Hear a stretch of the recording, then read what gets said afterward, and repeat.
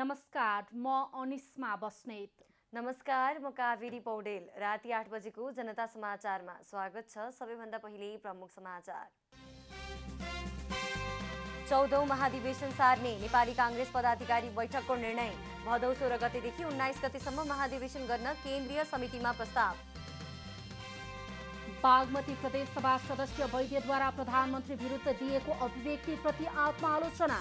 कारबाहीको माग गर्दै एमाले सम्बद्ध 15 संगठनद्वारा गृहमन्त्रीलाई ज्ञापन। नेपालमा कोरोना संक्रमण दर घट्दै 3384 थपिँदा 6295 संक्रमण मुक्त, थप 61 जनाको मृत्यु। चीनद्वारा सबैभन्दा उचाइमा द्रुत गतिको रेल निर्माण। तिब्बतको लासादेखि पूर्वी सहर निङचीसम्म सफलतापूर्वक परीक्षण। र अस्ट्रेलियासँग नेपालको नतिजा सम्मानजनक रहेको पूर्व खेलाडीहरूको भनाई। अन्य प्रतियोगिता भन्दा उपलब्धिमूलक रहेको जिकिर।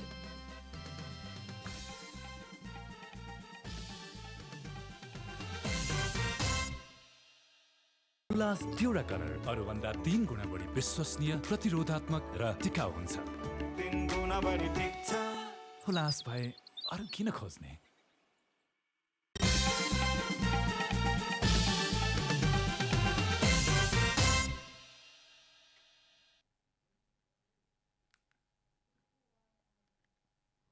अब पूरा समाचार। नेपाली कांग्रेसले 14औं महाधिवेशन सार्ने निर्णय गरेको छ। शनिबार पार्टी सभापति निवास बुढा नीलकण्ठमा बसेको पार्टी पदाधिकारी बैठकले भदौ 7 देखि 10 गतेसम्म गर्ने भनेको महाधिवेशन 9 दिन पर सार्ने प्रस्ताव गरेको छ। कोरोना संक्रमणको जोखिमसँगै पार्टीको क्रियाशील सदस्यको टुङ्गो लगाउन नसकिएपछि पूर्व घोषित मितिलाई 9 दिन पर सारिएको हो। बैठकले आगामी भदौ 16 गतेदेखि 19 गतेसम्म महाधिवेशन गर्ने मिति केन्द्रीय समितिमा प्रस्ताव गर्ने निर्णय गरेको छ। पदाधिकारी बैठकपछि सहमहामन्त्री डाक्टर प्रकाश शरण महतले महाधिवेशनको मिति सरेसँगै निर्वाचन केन्द्रित केन्द्रीय गतिविधि र जिल्ला नगरका अधिवेशनको पनि समय तालिका हेरफेर प्रस्ताव गरेको बताउनु भएको छ। अधिवेशनको कार्यतालिका छ, यो प्रस्तावित हो।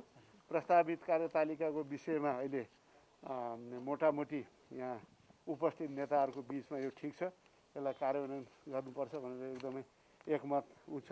त्यसमा फेरि केन्द्रीय समितिका सदस्य साथीहरूसँग छलफल गरेर चाहिँ औपचारिक रूपमा यसलाई चाहिँ औपचारिक गरिन्छ। यो महामारीलाई सरकारले आफ्नो सत्ता जोगाउने रक्षा कवचको रूपमा जनता चाहिँ आहत भइराखेका छ, जनता मरिराखेका छन्, सङ्क्रमित भइराखेका छन्।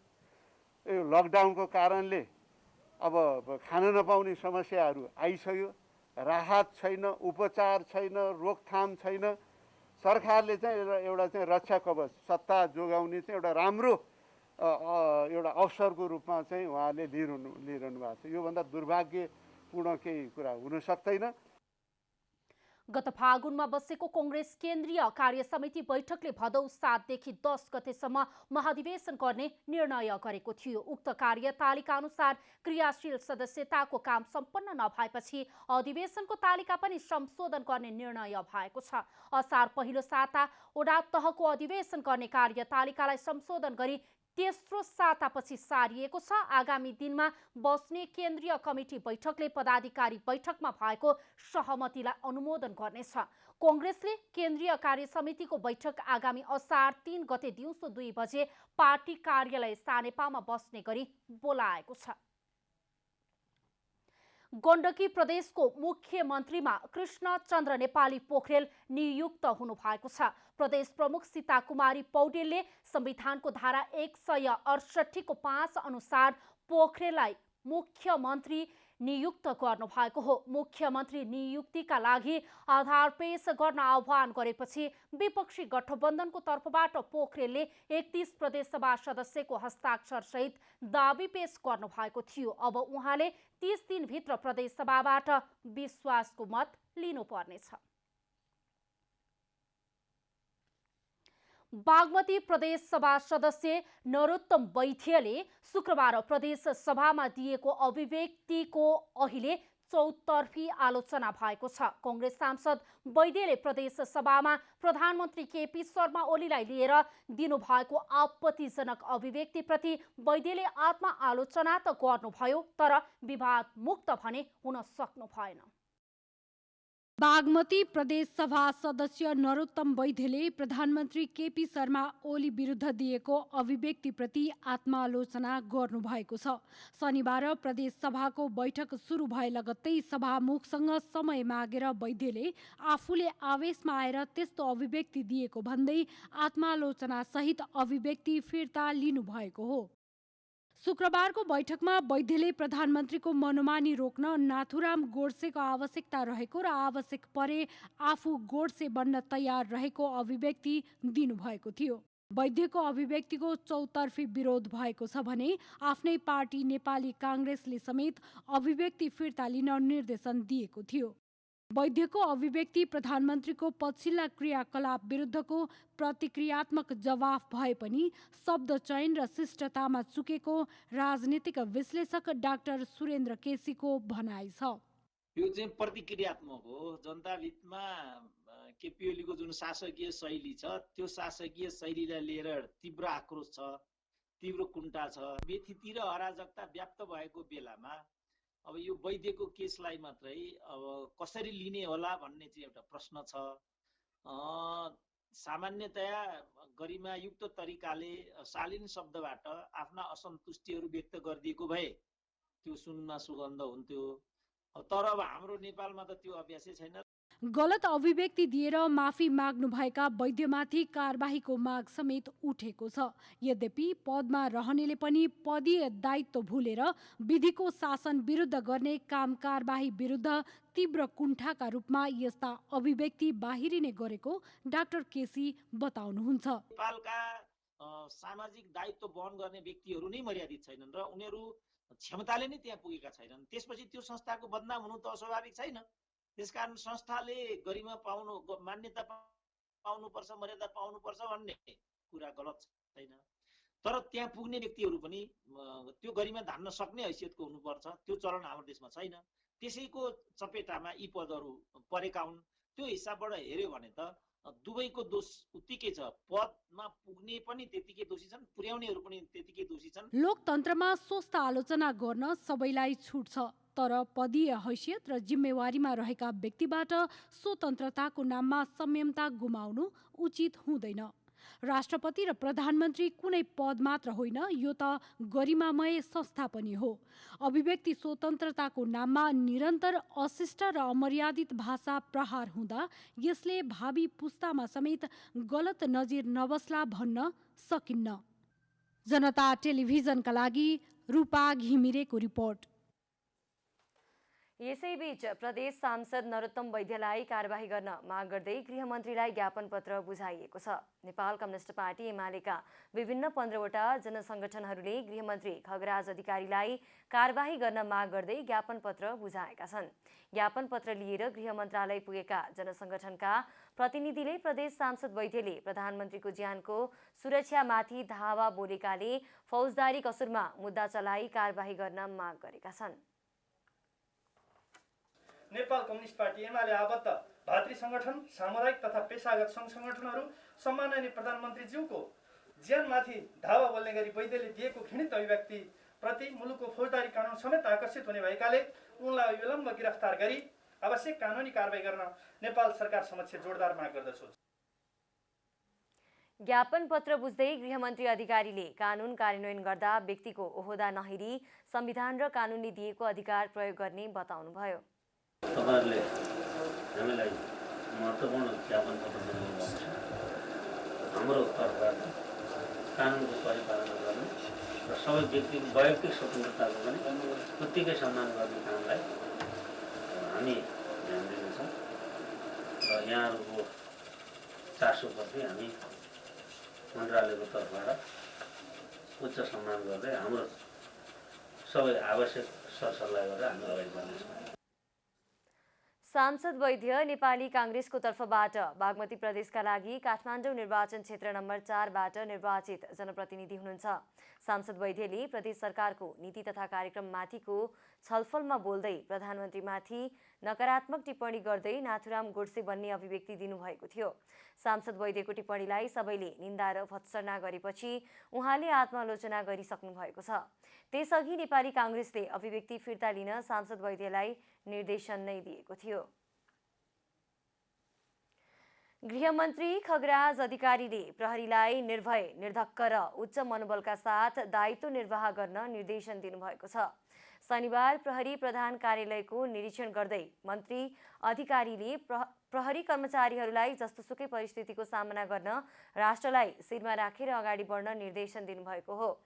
गृहमन्त्री अधिकारीले उपस्थित प्रहरी अधिकृत तथा जवानहरू एवं भिडियो कन्फरेन्सबाट सहभागी 7 वटै प्रदेश प्रहरी प्रमुखहरूलाई निर्देशन सम्बोधन गर्नुभएको थियो। सो क्रममा उहाँले नेपाल प्रहरी समाज र नागरिकको प्रत्यक्ष जीवनसँग जोडिएको सबैभन्दा प्रभावशाली सुरक्षा निकाय भएको भन्दै प्रहरीले आफ्नो कर्तव्य पूरा गर्नका लागि निर्भय, निर्धक्क र उच्च मनोबलका साथ दायित्व निर्वाह गर्नुपर्ने बताउनुभयो।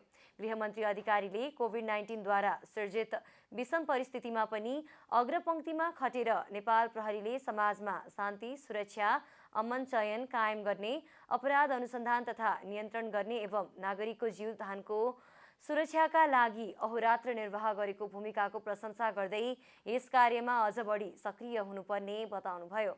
गृहमन्त्री अधिकारीले प्रहरी प्रधान कार्यालय परिसर स्थित अमर प्रहरी स्मारकमा पुष्पगुच्छ अर्पण गर्नुभएको थियो।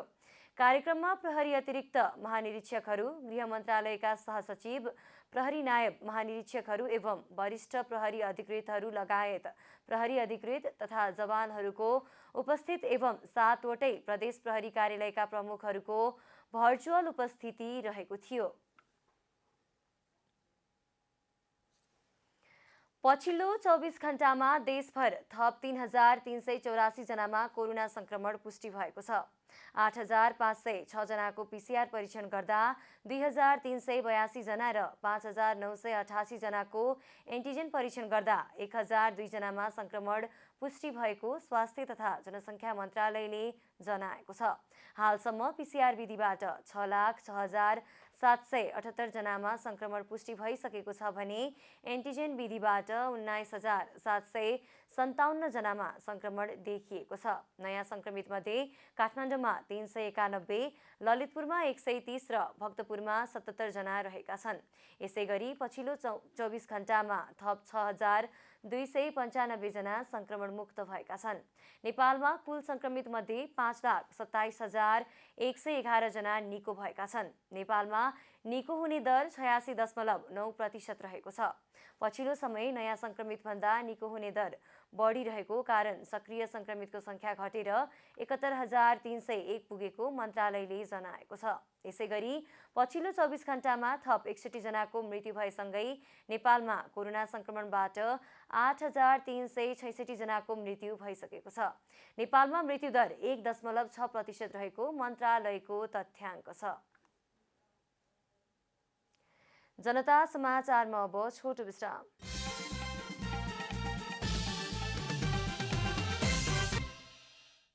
जनता समाचारमा अब थप समाचार।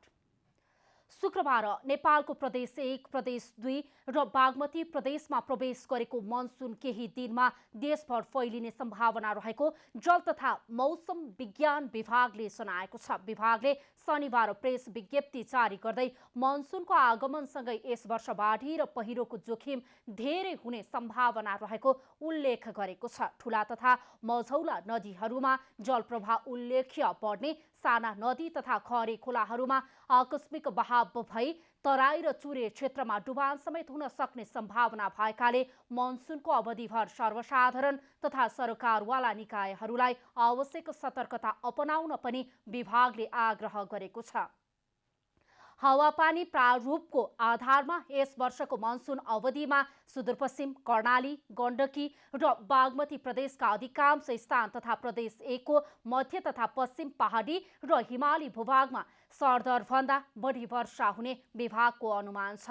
यस्तै लुम्बिनी, गण्डकी र बागमती प्रदेशको तराई र प्रदेश 2 का पश्चिमी भूभागमा सरदर वर्षा हुने र प्रदेश 1 को तराई र प्रदेश 3 का पूर्वी जिल्लामा सरदरभन्दा कम वर्षा हुने आकलन जल तथा मौसम विज्ञान विभागले गरेको छ। मनसुन भित्रिएसँगै काठमाडौँ उपत्यकामा भित्रिएका किसानहरूलाई धान रोप्ने चटारो बढेको छ। उपत्यकाका काठ क्षेत्रमा रहेका खेती योग्य जमिनमा रोपाइँ सुरु भएको हो। काठमाडौँ उपत्यका धेरै उब्जनी हुने माटो भएको ठाउँ हो। बढ्दो सहरीकरणले धान फल्ने खेतमा बहुतले घर ठडिएका छन्, तर उपत्यकाको काठ क्षेत्रमा अझै पनि खेतीयोग्य जमिन बाँकी छ। यिनै काठ ढाप र डोलहरूमा धान रोपाइँ सुरु भएको छ। उपत्यकाको अधिकांश क्षेत्रमा ताइचिन र मन्सुली धान लगाउने चलन छ। यसका साथै खुमल 11 र डोल क्षेत्रमा स्थानीय एक्ले धान लगाउने चलन छ। काठमाडौँमा प्रख्यात रहेको पोखरेली मसिनो र थाप्चिनी धान लोप भइसकेको छ। काठमाडौँका धान फल्ने फाट खुम्चिँदै गएका छन्। यसलाई खुम्च्याउन तरकारी खेतीका टनेल, कुखुरा, बङ्गुर, सुँगुर पालनले पनि सहयोग गरेका छन्। पछिल्लो समय काठमाडौँको धानमा वर्णशंकर बिउले विकृति ल्याएको किसानहरूले बताएका छन्। बढी उत्पादन हुने लोभमा स्थानीय जातलाई छोडेर वर्णशंकर धान लगाउँदा स्थानीय धानको जात मासिएको अगुवा किसानहरूको भनाइ छ। जहाँसम्म बिउको सन्दर्भ छ, बिउमा यसको आफ्नै खालको संस्कृति थियो। हामी बिउ भनेको हामी एग्रोभेटमा जाने प्र्याक्टिस थिएन। मलाई लाग्छ केही दशक अगाडिसम्म हामी किसानहरूसँग एक खालको ऐँचो पैँचो गरेर आरसार गरेर त्यही बिउहरूलाई हामी दशकौँसम्म रोप्थ्यौँ र पछि भएपछि केही उन्नत बिउहरू आउन थाले र ती उन्नत बिउहरूको खोजीमा हामी लाग्न थाल्यौँ। त्यसले बिस्तार बानी पारेर अहिले पछिल्लो चरणमा त धानको बिउमा हामी बिस्तार परनिर्भर हुँदैछौँ। स्थानीय जातको धान हराउँदा धान चामलसँग जोडिएको संस्कृति पनि हराएको अगुवा किसान अधिकारीले बताउनुभयो। यसको अर्को असर स्थानीयवासीको पोषण चक्र समेत भत्किएको छ। यसपालिको धान रोपाइँ विगत वर्ष जस्तो छैन। कोरोना संक्रमणको जोखिमका बीच रोपाइँको काम गर्नु परेको छ। संक्रमण हुने डरले खेतमा काम गर्ने खेताला समेत पाउन मुस्किल भएको छ। ललितपुर छम्पी क्षेत्रको खेतमा भेटिएका किसान रामचन्द्र तामाङले संक्रमणको डरको बीचमै काम गर्नु परेको बताउनुभयो। खासै सामानहरू पाउनलाई त धेरै गाह्रो नै छ होइन। तैपनि अब सरकारले बिहान बेलुका चाहिँ अब कृषि खाद्यान्नहरू अब कृषिदेखि लिएर खाद्यान्न सामानहरू चाहिँ होइन अब थोरै रूपमा भए पनि वितरण गर्ने 1-2 घन्टालाई खोल्ने गरेर ठाउँबाट बिहान गएर भए पनि अब खासै धेरै त छैन होइन। अनि थोरै भए पनि ल्याएर अनि रोपाइँ सुरु गरेको यसपालि। काठमाडौँ उपत्यकामा जेठ 31 गतेसम्म निषेधाज्ञा तोकिएको छ। निषेधाज्ञाले घरबाट खेतसम्म आउन जान मल विषादी किन्न समेत समस्या परेको किसानहरूले बताएका छन्।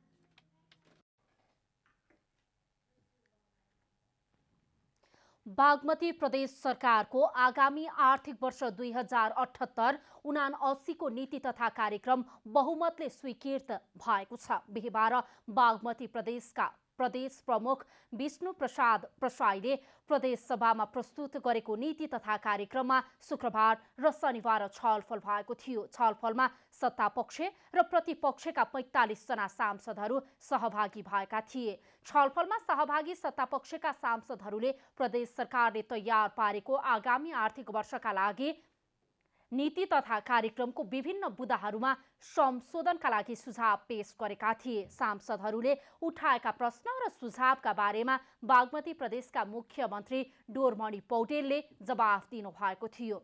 मुख्यमन्त्री पौडेलले प्रदेश सरकारले प्रदेशका नागरिकहरूलाई केन्द्रमा राखेर कोरोना नियन्त्रण, उपचार र खोपको सुनिश्चितता हुने गरी आगामी आर्थिक वर्षका लागि नीति तथा कार्यक्रम ल्याएको बताउनु भएको छ। नीति तथा कार्यक्रमको हरेक बुँदालाई कार्यान्वयनमा लैजाने भन्दै सो अनुसार बजेट विनियोजनको तयारी भइरहेको उहाँको भनाइ छ। नीति तथा कार्यक्रम स्वीकृत भएपछि बागमती प्रदेश सभा बैठक आगामी असार 1 गते 3 बजेसम्मका लागि स्थगित भएको छ। सिन्धुलीको दुधौली नगरपालिकामा विद्युत विस्तारको क्रममा स्थानीयहरूलाई ठेकेदार पक्षले ठगेका छन्। दुधौली नगरपालिका वडा नम्बर 13 भित्रिएका स्थानीयसँग ठेकेदारले रकम उठाएर ठगी गरेका हुन्। कुनै पनि विकास निर्माणको कार्य गर्न ठेकेदार पक्षले सम्झौता गरेपछि सम्झौता अनुसार काम गर्नुपर्ने हुन्छ। तर सिन्धुलीको दुधौली नगरपालिका वडा नम्बर 13 भित्रिया पित्ले भन्ज्याङ स्याङ्बो डाँडा आमबोट चिसापानी सिन्कौली टार र वडा नम्बर 14 को कुम्रा डुम्रे डाँडा गुर्दौली कलकले लगायतका स्थानीयहरूलाई ठेकेदार पक्षले गरेको सम्झौता भन्दा विपरीत कार्य गरेको पाइएको छ। यहाँ सिंहमानवादीहरू अरूबाट काइलाहरू आएर चाहिँ के भन्यो भने ल यो पोल तल जल्किनीसम्म आइपुग्यो, जल्किनीसम्म पोल आएपछि उँभो चाहिँ अब बोक्ने भाडा दिनु पर्यो। उहाँहरूले चाहिँ जहाँसम्म झार्यो त्यहीँसम्म मात्रै भयो अनि अब जल्किनीदेखि उँभो ल्याउने भाडा चाहिँ तपाईँहरू आफूले तिर्नुपर्ने अरे भनेर चाहिँ यसरी भनेर हामीले जनको 500 रुपियाँ दियो। स्थानीयसँग पेटी ठेकेदार पक्षले रकम दिने भन्दै काममा लगाए, तर आज आउला भोलि आउला भन्दै स्थानीय पर्खिरहेका छन्। सिन्धुलीको दुधौली नगरपालिका पहाडी भेगमा विद्युत विस्तारको काम भइरहेको छ। सोही अनुसार नगरपालिकाको वडा नम्बर 13 मा अहिले पनि विद्युत विस्तार भइरहेको छ। वडा नम्बर 13 र 14 को भित्रिया पित्ले भन्ज्याङ कुम्रा डुम्रे डाँडा र गुर्दौली लगायतका स्थानमा विद्युतको काम सुरु भएपछि स्थानीय उपभोक्ता खुसी भएका थिए। उता बिचौलियाहरू भने कमाउन पाइयो भन्दै रमाउन थालेर स्थानीय उपभोक्तालाई विभिन्न बहानामा रकम उठाउन थाले। जयकुमारले जिम्मा लगाएपछि तपाईँको गाउँलेहरूसँग ढुवानी पैसा भन्दै यहाँ जम्मा 66 घर 66बाट 70 घरको ऊ छ त्यहाँ, तर त्यसमा चाहिँ 47 घरको नाम लेखाएर चाहिँ घरको 1000 रुपियाँ 44 घरसँग लिएछ पैसा।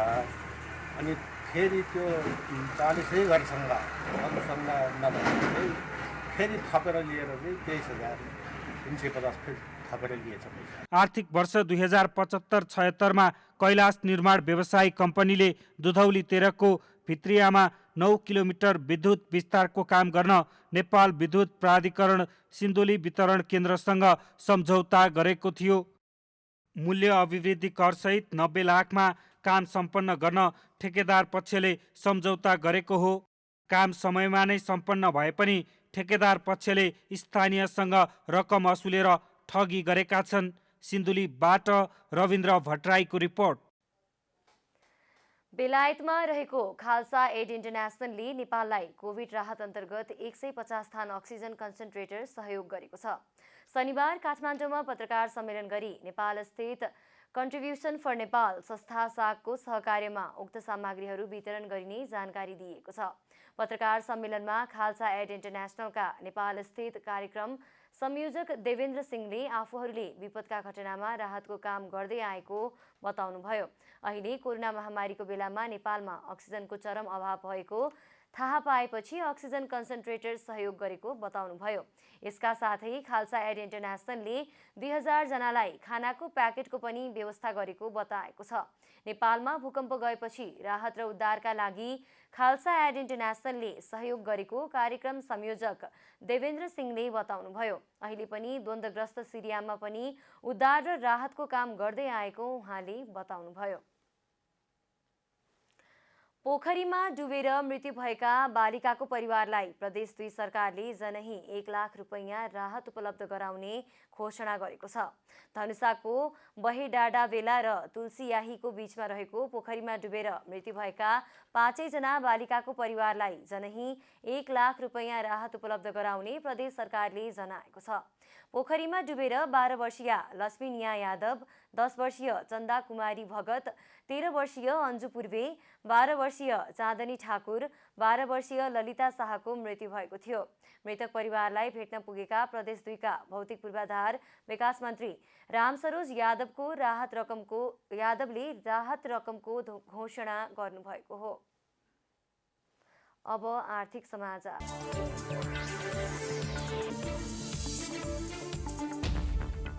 बलेफी हाइड्रो पावर कम्पनीले निर्माण गरिरहेको 36 मेगावाटको माथिल्लो बलेफी ए जलविद्युत आयोजनाको काम प्रभावित भएको छ। 96% निर्माण पूरा भइसकेको आयोजनाको जेठभित्रै विद्युत उत्पादन सुरु गर्ने तयारी भए पनि कोरोना महामारीले पछि सरेको हो। कर्मचारीमा कोरोना भाइरस संक्रमण देखिएपछि आयोजनाको काम प्रभावित हुन पुगेको छ। आयोजनाको 2 महिना जतिको मात्रै काम बाँकी रहेको छ। आयोजना सम्पन्न भई उत्पादन हुने विद्युत 22 किलोमिटर दूरीमा रहेको लामोसागु सब स्टेसनमा जोडिनेछ। आयोजना बनाउन 7 अर्ब रुपैयाँ खर्च हुने अनुमान छ। 2 दशकदेखि चर्चामा रहेको काठमाडौँ उपत्यकाको 3 जिल्ला जोड्ने बाहिरी चक्रपथले आर्थिक वर्ष 2078-79 को बजेटमा स्थान पाएको छ। अर्थमन्त्री विष्णु पौडेलले बजेट कार्यक्रममा जग्गा एकीकरण विधिबाट काठमाडौँ उपत्यकामा बाहिरी चक्रपथ निर्माण कार्य प्रारम्भ गर्न, बाहिरी चक्रपथ र सहरसँगको सम्पर्क सुगम बनाउन सम्भाव्य स्थानमा 4 लेनको लिङ्क रोड निर्माण गर्ने बताउनु भएसँगै चक्रपथ निर्माणले मूर्त रूप लिने पक्का भएको हो। ठूलो लगानीको परियोजना भएकाले हाल बाहिरी चक्रपथको व्यवस्थापनको जिम्मा लगानी बोर्डको मातहतमा छ। आगामी आर्थिक वर्षमा बाहिरी चक्रपथ निर्माण सुरु गर्ने सरकारी नीति छ। सरकारी नीति अनुसार निर्माण प्रक्रिया सुरु गर्न लागि बोर्डले जनाएको छ। पर्सा जिल्लामा गत वर्षको तुलनामा चालु वर्षमा खाद्यान्न उत्पादन बढेको तथ्याङ्कले देखाएको छ। कृषि ज्ञान केन्द्र पर्साका अनुसार खाद्यान्न उत्पादन गत वर्षको तुलनामा 2720 मेट्रिक टन बढी भएको छ। चालु आर्थिक वर्षमा 3500 हेक्टरमा लगाइएको चैते धान 17850 मेट्रिक टन फलेको छ। 8550 हेक्टरमा लगाइएको भदैया धान 44700 मेट्रिक टन भएको छ भने 35000 हेक्टरमा लगाइएको अगहनी धान 1,66,250 मेट्रिक टन उत्पादन भएको केन्द्रले जनाएको छ। गत वर्ष चैते धान 17,535 मेट्रिक टन, भदैया 42,750 र अगहनी 1,65,550 मेट्रिक टन उत्पादन भएको थियो।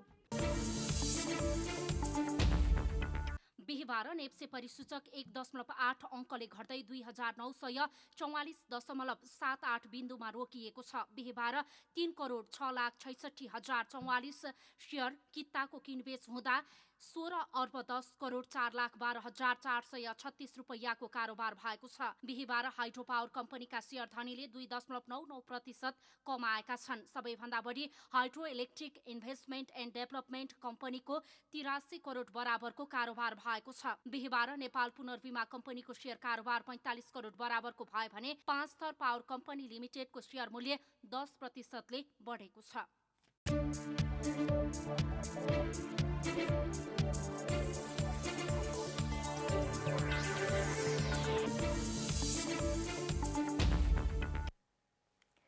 जनता समाचारमा अब छोटो विश्राम।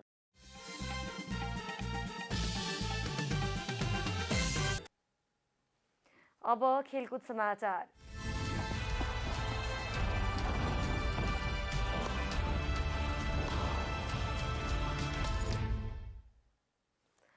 बलियो प्रतिद्वन्द्व विरुद्ध अस्ट्रेलियासँग निकालेको 3-0 को नतिजा नेपाली फुटबलका लागि सम्मानजनक रूपमा हेरिएको छ। कतार विश्वकप छनौट र एसियन कप प्रतियोगिताको छनौटमा नेपालले कुवेत भ्रमण अघिपछिको प्रतियोगिताको भन्दा उपलब्धिमूलक मानिएको छ। समूह तालिकाको चौथो स्थानमा रहेको नेपालको विश्वकप छनौट यात्रा समाप्त भइसक्दा एसियन कपको झिनो आशा प्लेअफमा रहेको छ।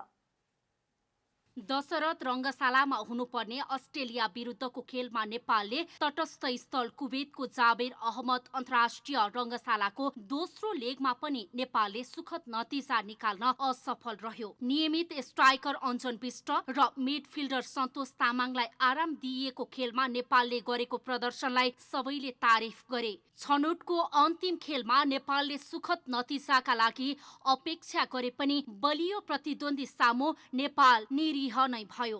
भर पर्दा रक्षक रोहित चन्दले करियरकै पहिलो रातो कार्डको दर्शन गर्न पुगे। यद्यपि नेपाली टोलीका पूर्व खेलाडी हरि खड्काले अस्ट्रेलियासँगको 3-0 को पराजय सम्मानजनक भएको टिप्पणी गरे।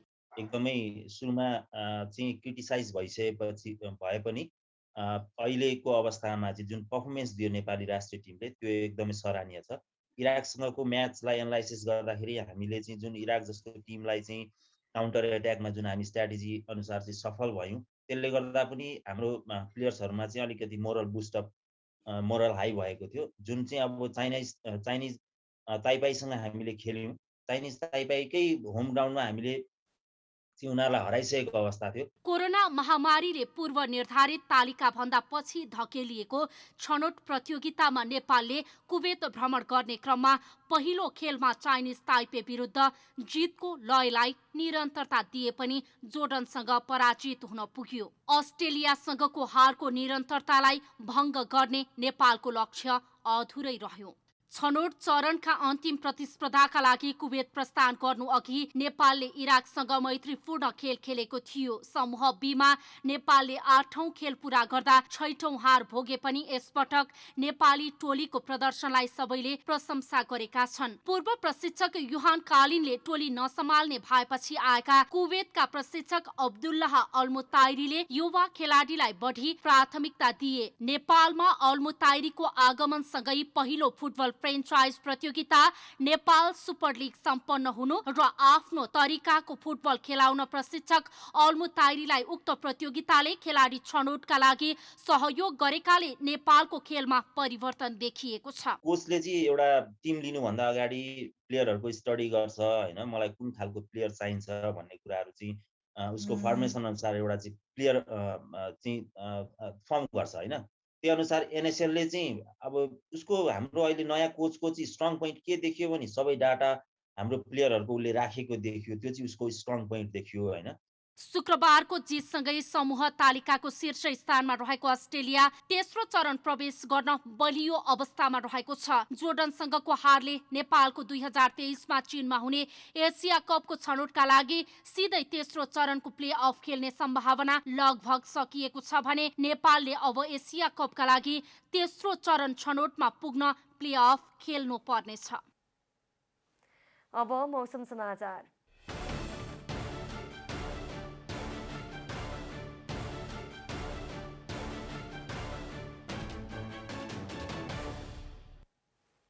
आज देशभर सामान्यदेखि पूर्ण बदली रह्यो। राति देशका धेरै स्थानहरूमा मेघगर्जन र चट्याङ सहित हल्कादेखि मध्यम वर्षाको सम्भावना रहेको छ।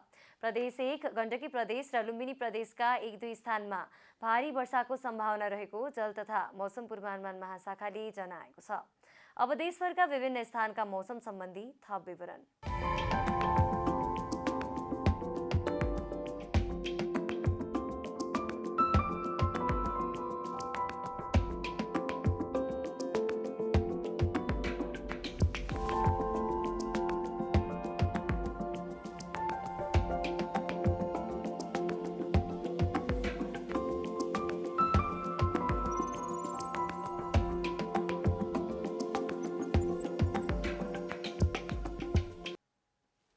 अन्त्यमा आजको डायरी।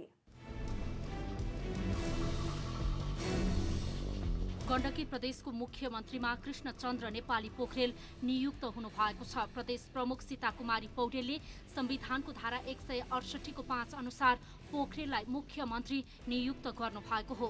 मुख्यमन्त्री नियुक्तिका लागि आधार पेश गर्न आह्वान गरेपछि विपक्षी गठबन्धनको तर्फबाट पोखरेलले 31 प्रदेश सभा सदस्यको हस्ताक्षर सहित दाबी पेश गर्नु भएको थियो। अब उहाँले 30 दिनभित्र प्रदेश सभाबाट विश्वासको मत लिनुपर्नेछ।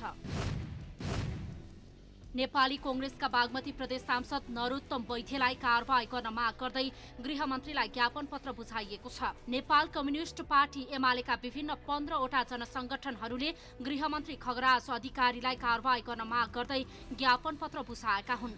सांसद वैद्यको टिप्पणीलाई सबैले निन्दा र भर्त्सना गरेपछि उहाँले आत्मआलोचना गरिसक्नु भएको छ। गत साता भन्दा यो साता शेयर बजारमा कारोबार रकम 15 अर्ब 34 करोड 47 लाख 9 हजारले बढी भएको नेपाल स्टक एक्सचेन्जले जनाएको छ। यो साता शेयर बजारमा 83 अर्ब 13 करोड 92 लाख 50 हजार रुपैयाँ बराबरको शेयर कारोबार भएको छ भने गत साता 67 अर्ब 79 करोड 45 लाख 41 हजार बराबरको शेयर कारोबार भएको थियो। जम्मू काश्मीरको बारामुलमा शनिबार विद्रोहीहरूले सुरक्षाकर्मीलाई निशाना बनाएर गोली हानेका छन्। सोपेरमा विद्रोहीले अन्धाधुन्द गोली चलाउँदा 2 सुरक्षाकर्मीको मृत्यु भएको छ। घटनामा 2 जना सर्वसाधारणको पनि मृत्यु भएको छ। घटनामा घाइते भएका 2 प्रहरीलाई अस्पतालमा भर्ना गरिएको छ।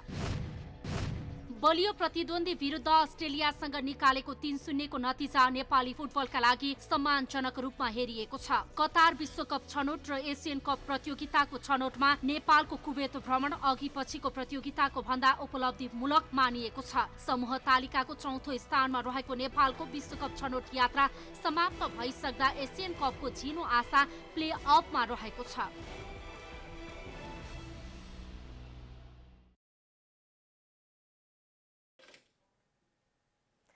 जनता समाचार अहिलेलाई यति नै। जनताद्वारा जनताका लागि प्रसारित जनता टेलिभिजनका कार्यक्रमहरू युट्युब, ट्विटर, फेसबुक र हाम्रो वेबसाइट जनतासमाचार.com मा पनि पढ्न र हेर्न सक्नुहुनेछ। सूचनामा तपाईको सहभागिता, समयमा समाचार, हाम्रो प्रतिबद्धता। कोरोना भाइरसको संक्रमणबाट बच्न नियमित रूपमा साबुन पानीले हात धौँ, भिडभाडबाट टाढै रहौँ, मास्कको अनिवार्य रूपमा प्रयोग गरौँ। नमस्कार।